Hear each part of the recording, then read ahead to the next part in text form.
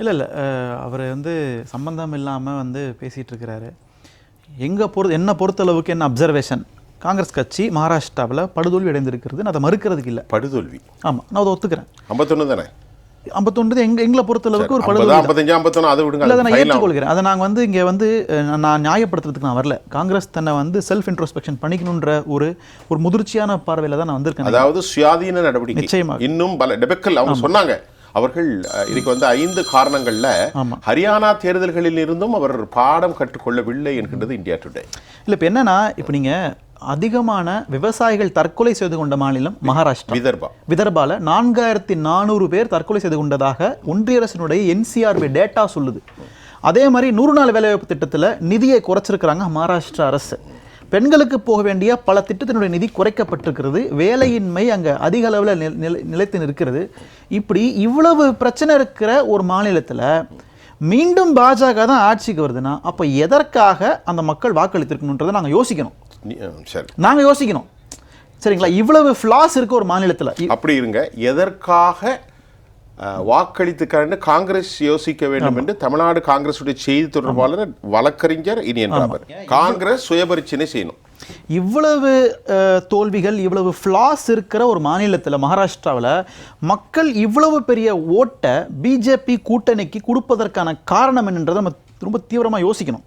அப்போ என்னுடைய அப்சர்வேஷனில் நான் என்ன நினைக்கிறேன்னா, ஒன்று பிஜேபியினுடைய சோஷியல் இன்ஜினியரிங், அதாவது ஜாதியை வைத்து நடத்துகின்ற ஒரு சோஷியல் இன்ஜினியரிங்கை அவங்களுக்கு கை கொடுத்துருக்குது. அதில் மறுக்கிறதுக்கு எதுவும் இல்லை.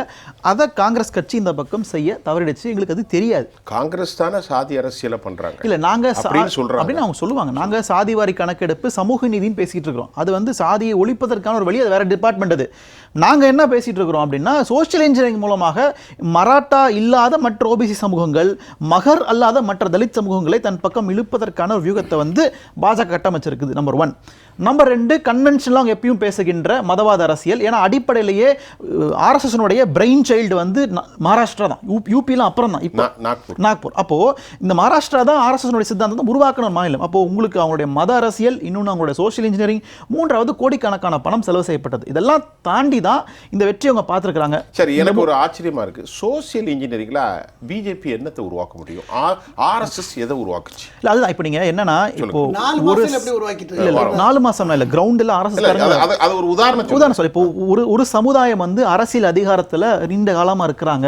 மற்ற அதே கம்யூனிட்டிக்குள்ள வர்ற மற்ற சமுதாயங்கள் வந்து அரசியல் அதிகாரத்துக்குள்ள வரலைன்னா அந்த சமுதாயங்கள்கிட்ட போயிட்டு இன்ஸ்டிகேட் பண்றது. பாருங்க உங்க கம்யூனிட்டிக்குள்ள இருக்கிற சமுதாயம் தான் அரசியல் அதிகாரத்தில் ரொம்ப நாள் இருக்கிறாங்க, நீங்க எங்களுக்கு ஓட்டு போட்டீங்கன்னு நாங்க உங்களை வந்து எம்பவர் பண்றோம் இந்த மாதிரி விஷயத்தை நீங்க எடுக்கல. இல்ல, எங்களுக்கு இந்த மாதிரியான ஸ்ட்ராட்டஜிஸ் வந்து எங்களுக்கு தெரியாது, எங்களுக்கு வராது, எங்களுக்கு தேவையும் இல்லை. இந்த மாதிரியான ஜாதி அரசியல் நாங்க என்ன சொல்றோம், அரசாங்க ஜாதி இனியன் நீங்க ஒரு நியாயமான கருத்தை வலியுறுத்திருக்கலாம்ல மக்கள். இல்ல, அதுதான் சார். இப்போ நீங்க இந்த மக்களுக்கான தீர்வு என்னன்னா, இடஒதுக்கீடு மூலமாக அரசியல் அதிகாரத்துக்கு வராதவங்களுக்கான தீர்வை லாங் டேர்ம்ல யோசிக்கிறோம் நாங்க. ஆனா பிஜேபி வெறும் தேர்தலுக்காக மட்டுமே இந்த எம்பவராக சமுதாயங்களை பயன்படுத்திக்கிறாங்க. அதன் பேர் கழட்டி விட்டுருவாங்க. அப்படிதான் நம்ம அதுக்கப்புறம் வேற சமுதாயத்துக்கு போயிடுவாங்க. இப்படிதான் அவங்க வந்து ஒவ்வொரு மாநிலத்திலையும் ஒவ்வொரு சமுதாயத்தையுமே அவங்க பயன்படுத்திக்கிறது வாக்கு வங்கிக்காக. இதுதான் பண்ணிட்டு இருக்காங்க. நான் ஒரு கேள்வி வைக்கிறேன். பாரதிய ஜனதாவுடைய மத்திய தலைமையில் அமித்ஷா போன்ற கோர் ஹிந்துத்துவா ஆளுமைகள் இருந்தாலும் பூத் கமிட்டியில் அவர்கள் செலுத்துகிற அந்த இத்தியாதி உங்கள் கட்சியில் இல்லை என்று ஒரு குற்றச்சாட்டு. உண்மைதான். நீங்க ஆர்எஸ்எஸ்க்கு இருக்கின்ற ஒரு கேடர் பேஸ் வந்து நிச்சயமா காங்கிரஸ்க்கு இல்லை. அது ஒரு கேடர் பேஸ்ட் பார்ட்டி, இது ஒரு பீப்புள் பேஸ்ட் பார்ட்டி. நீங்க ஆர்எஸ்எஸ் கூட காங்கிரஸ் ஒரு காலத்திலும் நீங்க போட்டி போட முடியாதுன்றது யதார்த்தம். ஆனா அப்போ ஆர்எஸ்எஸ் விட 3 மடங்கு அதிகமாக காங்கிரஸ் பேசணும். நாங்கள் பேசுறது வெல்ஃபேர் பாலிடிக்ஸ் நாங்கள் பேசிட்டு இருக்கிறோம். அவங்க பேசுறது ஒரு இன்செக்யூரிட்டி பாலிடிக்ஸ். அவங்க பேசுறது அப்படி என்றால் நாட்டில் உள்ள மக்கள் ஆர்எஸ்எஸ் சொல்லுக்கு கட்டுப்பட்டு விட்டாங்க. இல்ல, நீங்க என்ன சொல்றீங்க, அந்த கேடர் பேஸ்ட வந்து ஒன்றும் பண்ண முடியாது. இல்ல, எங்களுக்கு தேர்தல் அரசியல்ல எதிர்கொள்வதற்கு சேலஞ்சிங்கா இருக்குன்னு நான் சொல்றேன். இந்த உண்மையை நான் பேசித்தான் ஆகணும். நான் இங்க அப்போ எங்களுடைய அடிப்படை கட்டமைப்பை நாங்கள் வலுப்படுத்தணும், எங்களுடைய அமைப்பை நாங்கள் வலுப்படுத்தணும், எங்களுடைய அணிகளை நாங்கள் வலுப்படுத்தணும். எப்படி ஆர்எஸ்எஸ் கேடர்ஸ் வந்து கிரவுண்ட்ல போய் தன்னலமற்ற வேலை செய்யறாங்களோ அந்த மாதிரி காங்கிரஸ் தன்னலமற்ற ஊழியர்களை உருவாக்கணும். இதெல்லாம் ஒரு நாள் இருக்கிற விஷயம் இல்லை, இதெல்லாம் பல ஆண்டுகள் உருவான விஷயம். ஏன்னா உருவாக்கக்கூடிய செயல்திறன் எபிகசி இருக்கக்கூடிய ஒரு தலைமை இல்லை என்று நான் சொல்ல.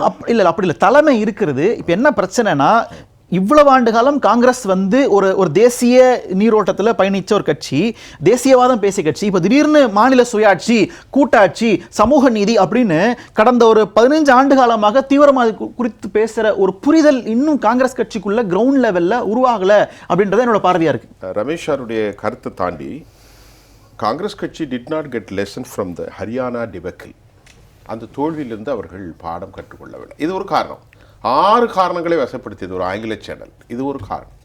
இரண்டாவது கருத்தாக என்ன சொல்ல போறீங்க? இந்தியா கூட்டணியுடைய உறவுகள் எப்படி இருக்க போகிறது? ஒரு டைட் பாண்டு அவர்களுக்குள்ள இருக்குமா? தோல்வி இருந்தால் தொடர்ந்து இனி மறுபடி தோல போறார்களா? என்ன கருத்து? எப்படி போக போகுது? இல்ல, ஹரியானால என்ன ஸ்ட்ராட்டஜியை பிஜேபி கையில் எடுத்தாங்க? ஜாட்டுகள் இல்லாத சமூகத்தை ஒன்றிணைச்சாங்க, வெற்றி பெற்றாங்க, அவ்வளவுதான். இல்ல, அந்த ஸ்ட்ராட்டஜி சொல்லல. அந்த தோல்வியை வைத்தும் ஏன் காங்கிரஸ் பாடம் கற்று? இல்ல, அந்த தோல்வியிலிருந்து நாங்க இதுல பாடம் கத்துக்கொள்ள என்ன இருக்கு? நாங்க அந்த மாதிரி போயிட்டு சோஷியல் இன்ஜினியரிங் பண்ணணுமா பிஜேபி மாதிரி? நாங்க இந்த ஜாதி அரசியல் பண்ணுவோம் பிஜேபி மாதிரி மகாராஷ்டிரால போய்? நாங்க பேசுகின்றது ஒரு தெளிவான முதிர்ச்சியான வெல்ஃபேர் பாலிடிக்ஸ். ஒரு மாநிலத்துக்கான கல்வி, உணவு, வேலை வாய்ப்பு, சமூக நீதி, மாநில சுயாட்சி, மொழி உரிமைன்னு நாங்கள் வந்து எங்களுடைய நரேட்டிவை நாங்கள் செட் பண்ணுறோம். எங்கள் தேர்தல் அறிக்கை நாங்கள் எழுதியிருக்கோம். அப்போது அதுக்கு எங்களுக்கு அந்த பொருள் மார்க்கெட்டில் விற்கலை. ஆனால் பிஜேபி விற்கிற பொருள் மார்க்கெட்டில் விற்கிது. ஏன் ஒரு 3 மாசத்துல நீங்க வித்த பொருள் சலிச்சு போச்சு? இல்ல, 2024 ரொம்ப சிறப்பான பொருளை கொண்டு வித்தீங்க. 48 தொகுதியில 30 தொகுதியில வெற்றி பெற்ற நீங்கள் மே மாதம், June, July, August, September, October, அதுதான் இப்ப நீங்க 5 மாதத்தில் உங்கள் பொருள் ஏன் கெட்டு போயிட்டு? இல்ல, அது ஏன் நான் சொல்றேன், நான் ஏன் கெட்டு போயிட்டு சலித்து போயிட்டேன்? இல்ல, அதுதான் நான் இப்ப நான் என்ன சொல்ல வரேன்னா, இப்ப நீங்க அடிப்படையிலேயே சிவசேனா என்கிற இயக்கம் வந்து அந்த மண்ணின் மைந்தர்களுக்கான மாநில உரிமைகளுக்காக உருவாக்கப்பட்ட, இன உணர்வுக்காக உருவாக்கப்பட்ட ஒரு இயக்கம். வெளியில பூசினது தான் இந்துத்துவா. 1964 தமிழர்களுக்கு எதிராக தான் அவர் வேலைகள் இருந்தது. அதற்கு பிறகு முஸ்லிம்களுக்கு எதிராக அதெல்லாம் இப்ப மறைந்து போய்விட்டது. இல்ல, இப்ப நீங்க ஏன் சொல்ல வரேன்னா, ஒரு காலத்துல தீவிர திராவிட நாடு, திராவிடம் பேசிய திமுக இன்று காங்கிரஸோட ஒரே புள்ளியில பயணிக்கிற முடிகிறது என்ற ஒரு சூழ்நிலை இருக்குல்ல, பரிணாம வளர்ச்சி அடிப்படையில்.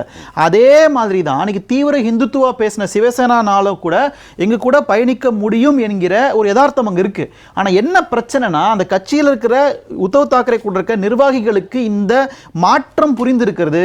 ஆனா மக்களுக்கு அது சார்ந்த ஒரு புரிதல் இல்லாம போயிருச்சு. இந்த பாஜக மக்களை ஏமாற்றி விட்டதுன்னு கூட ஒரு பார்வையில் பார்க்கலாம். நான் இன்னொரு கருத்து கேட்கிறேன், இது என்னுடைய ஓன். இது ஹிந்துத்துவா பேசிய சிவசேனா காங்கிரஸோடு சேர்ந்ததும், மைனாரிட்டிகளோடு அட்ஜஸ்ட் பண்ணி சென்றதும் உண்மையிலே ஹிந்துத்துவ வாக்காளர்களுக்கு ஒரு பெரும் அதிருப்தியை ஏற்படுத்தி ஹிந்து மக்களுக்கான கட்சின்னு மறுபடி பாஜகவை தேசிய கட்சியாக அங்கீகரிப்பதன் விளைவாக இவ்வளவு பெரும் மாற்றம் ஏற்பட்டிருக்குமா? இல்ல, அதுதான் சொல்றேன். அப்படி ஏற்பட்டதால் எனக்கு என்ன குழப்பம்னா, கரெக்ட், நாடாளுமன்றத்தில் வெற்றி பெற முடிந்தது இதே வாக்காளர்கள், இதுவும் குழம்புகிறது. எப்படி? கரெக்ட். இல்ல, நாடாளுமன்றத்துடைய அன்னைக்கு இருந்த நரேட்டிவ் வேற. இன்றைக்கு இந்த மாநில தேர்தல் வரும்போது ஒவ்வொரு சட்டமன்ற தொகுதியில் இருக்கிற வேட்பாளர்கள், அந்த நெருக்கம், அந்த நெட்வொர்க், அது வந்து டிஃபரெண்ட். நன்மை தீமைகள் நிறைய இருக்கு. சரிங்களா? அப்போ நீங்க பார்லிமெண்ட்னு பார்க்கும்போது அது ரொம்ப தூரம். அது இது பக்கத்துல இருக்கக்கூடிய ஆளுகின்ற அரசினுடைய ரெப்ரசன்டேட்டிவ்க்கு எதிராக தானே மக்களுடைய மனநிலை இருக்கணும். அதுதான் சொல்றேன். அது இல்லைன்ற. இப்ப நீங்க சிவசேனா வந்து ஒரு காலத்துல தீவிர இந்துத்துவ பேசியிருந்தாலும் இப்ப காங்கிரஸ் கூட சேர்ந்து சமூக நீதி, மாநில சுயாட்சின்னு பேசுது இன்னைக்கு. சரிங்களா? 3 பேரும் அதான் பேசுறோம். சரத்பவார் அதான் பேசுறாரு, உத்தவ் தாக்கரே பேசுறாரு. ஆனா அந்த மக்கள் அதை விரும்பல. எங்களுக்கு அது பிடிக்கல. எங்களுக்கு பிஜேபியும் ஷிண்டேவும், எங்களுக்கு அஜித் பவாரும் பேசுகிற ஹிந்துத்துவ அரசியல் தான் எங்களுக்கு பிடிச்சிருக்கு அப்படின்னு விரும்பி இருக்காங்க. அதுதான், வேற ஒண்ணுமே இல்லை. ஏன்னா இல்ல, நான் என்ன கேட்கிறேன்னா, இல்ல நான் ஷிண்டே என்ன பண்றாரு என்னன்னா, நான் என்ன சொல்றேன் ஒரு கேள்வினா, கோர் ஹிந்துத்துவா ராமருக்கு கோயில் கட்ட அயோத்தியால 80க்கு 80 என்று சொன்னார்கள். கடைசியில 33 தொகுதியில ஜெயிச்சாங்க. நல்ல கவுனிங்க. அப்ப ஒரு தொகுதியில பீம் ஆர்மி வெற்றி பெற்றது, 43 தொகுதியில இவங்க ஜெயிச்சாங்க. அப்படி இருக்கும்போது ஹிந்துத்துவா மறந்து விட்டது, வெற்றி பெற்றால் ஹிந்துத்துவா தூக்கிட்டு என்ன பார்வை? பொதுவா சொல்றேன். இல்ல, நீங்க இந்துத்துவா மறைந்து விட்டதுனா இல்ல, அது அந்த தேர்தலுக்கு தகுந்த மாதிரி இது எழுந்திருக்குது, இதுல கீழே போயிருதுன்றதான் யதார்த்தம். ஷிண்டே என்ன பெரிய சாதனை பண்ணிட்டார் அவரு இந்த 2 ஆண்டுகள்? என்ன பெரிய சாதனை பண்ணிட்டாருன்னு, லூட்டிங் அரசியல் பாலிசி, அவர் என்ன காமராஜர் மாதிரி பெருந்தலைவரா, இல்லைன்னா வந்து மத்த முதலமைச்சர்கள் மாதிரி நீங்க சிவராஜ் சிங் சௌஹானோ இல்லைன்னா மத்த யாரா எடுத்தா கூட ஓரளவு கன்சிடர் பண்ணலாம். இவங்கெல்லாம் நல்ல முதலமைச்சரா ஏதோ அந்த மாநிலத்துக்கு பண்ணிருக்காங்க, லாங் டர்ம் ஹிஸ்டரி இருக்கு, ஒரு பெர்ஃபார்மன்ஸ் இருக்குன்னு பேசலாம். ஷிண்டே என்ன பண்ணிட்டாருன்னா ஒரு பெர்ஃபார்மன்ஸ்க்கு 2 வருஷத்துல ஓட்டு போட்டுருப்பாங்க. ஷிண்டே வந்து வேற ஒரு கட்சி தான், ஏக்நாத் ஷிண்டே. அவருடைய பெர்ஃபார்மன்ஸ் எல்லாம் பிஜேபியினுடைய அதிகாரத்தோடு தானே இருக்கும். ஆமா. இப்பொழுது ஷிண்டே மறுபடியும் தொடருவாரா இல்லையா? இல்ல, இப்போ நான் உங்கள்கிட்ட கேட்டது, இப்போ முதலமைச்சர் வேட்பாளருக்காக ராஜ்நாத் சிங் பேச்சு ஆரம்பித்திருக்கிறார். இன்று காலை வந்த தகவல். அமித்ஷா 3 பேரிடத்திலும் பேசுகிறார். பட்னாவிஸ்ட பேசியிருக்கிறாரு, ஏக்நாத் ஷிண்டே, அஜித் பவார். இப்போது 145 தொகுதிகளில் அவங்க கிட்டத்தட்ட 130 அளவுக்கு வந்துட்டாங்க. கிட்டத்தட்ட ஸ்ட்ரைக் ரேட் வந்து 94% அளவுக்கு வந்துச்சு மெஜாரிட்டிக்கு. இப்போ மறுபடியும் பாஜக ஆட்சி தான் வரப்போகுது. அப்போ அது எப்படி இருக்கும்? இல்லை, அதுதான் இப்போ வேடிக்கை என்பதான் இருக்குது. என்னன்னா ஷிண்டேவும் அஜித் பவாரும் ஏதோ கொள்கைக்காகலாம் பிஜேபி கூட வரல. அவங்களுக்கு பதவி வேணும், அதிகாரத்தை சுவைக்கணுன்றதுக்காகத்தான் சொந்த கட்சிக்கு துரோகம் பண்ணிட்டு இந்த பக்கம் வந்தாங்க, பிஜேபி கிட்ட வேலை பேசிக்கிட்டு. இப்போ இன்றைக்கு அவங்க 2 பேருமே சிஎம் ஆஸ்பிரண்ட். பிஜேபி ஒருவேளை அவங்களுக்கு சிஎம் பதவி கொடுக்கலன்ற பட்சத்தில் திருப்பி அவங்க பிஜேபிக்கு துரோகம் பண்ணுறது தயாராக இருக்க மாட்டாங்க. ஏன்னா அவங்க டார்க் ஹார்ஸ் அவங்க திருப்பி இங்கே தான் வருவாங்க, வேற வழி இல்லை அவங்களுக்கு. ஏன்னா உத்தவ் தாக்கரே கிட்ட தான் திரும்பி சரணடைவாங்கன்ற எந்த மாற்று கருத்தும் இல்லை. அஜித் பவார் எங்கே போவார்? திருப்பி இங்கே தான் வருவார். இங்கே வந்து என்சிபியில் தான் சேர போறாரு, அது ஒரிஜினல் என்சிபியில் சேர போறாரு.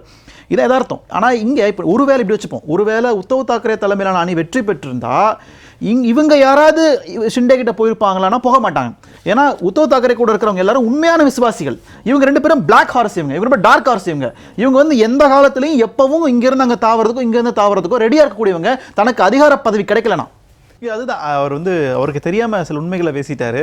உண்மை பேசல, உண்மையை தான் சொல்றாரு, தெரியாமலாம் பேசல, தெரிஞ்சுதான் பேசுறாரு. அதனால வந்து உங்களுக்கு தமிழ்நாட்டில் கிடைச்ச மாதிரி, உங்களுக்கு வந்து மகாராஷ்டிராவில் கிடைச்ச மாதிரி மீண்டும் ஒரு ஷிண்டேவும் மீண்டும் ஒரு எங்க ஜார்க்கண்ட்ல ஏற்கனவே சோமன் அவர் இன்னொருத்தர் வந்தார். ஆமா ஆமா. அதனால இவங்க வந்து இந்த ரெசார்ட் பாலிடிக்ஸ்ல அவங்க எக்ஸ்பர்ட். அவங்க வந்து நம்ம பார்த்துட்டு கிட்டத்தட்ட 13 மாநிலத்தில் போன முறை இந்த 2024 நாடாளுமன்ற தேர்தலுக்கு முன்னாடி கொல்லைப்புறமாக பல மாநில ஆட்சிகளை கவிழ்த்து. பிஜேபியை பொறுத்தவரை ஓப்பனா சொன்னா ஒரு பொது நெறியாளரா நீங்க எந்த குற்றச்சாட்டு வச்சாலும் அவர்கள் அதையெல்லாம் கவலைப்பட போவதில்லை. ரெசார்ட் பாலிடிக்ஸ்னாலும் சரி, அந்த பாலிடிக்ஸ்னாலும் சரி, பிஜேபி அது கவலைப்பட போறதில்லை. நீங்க ஏற்கனவே நீங்கள் 356 வேறொரு காரணத்தில் அந்த காலத்தில் பயன்படுத்தினீர்கள். இப்பொழுது அது அரசியலுக்கு சரி, ரைட்.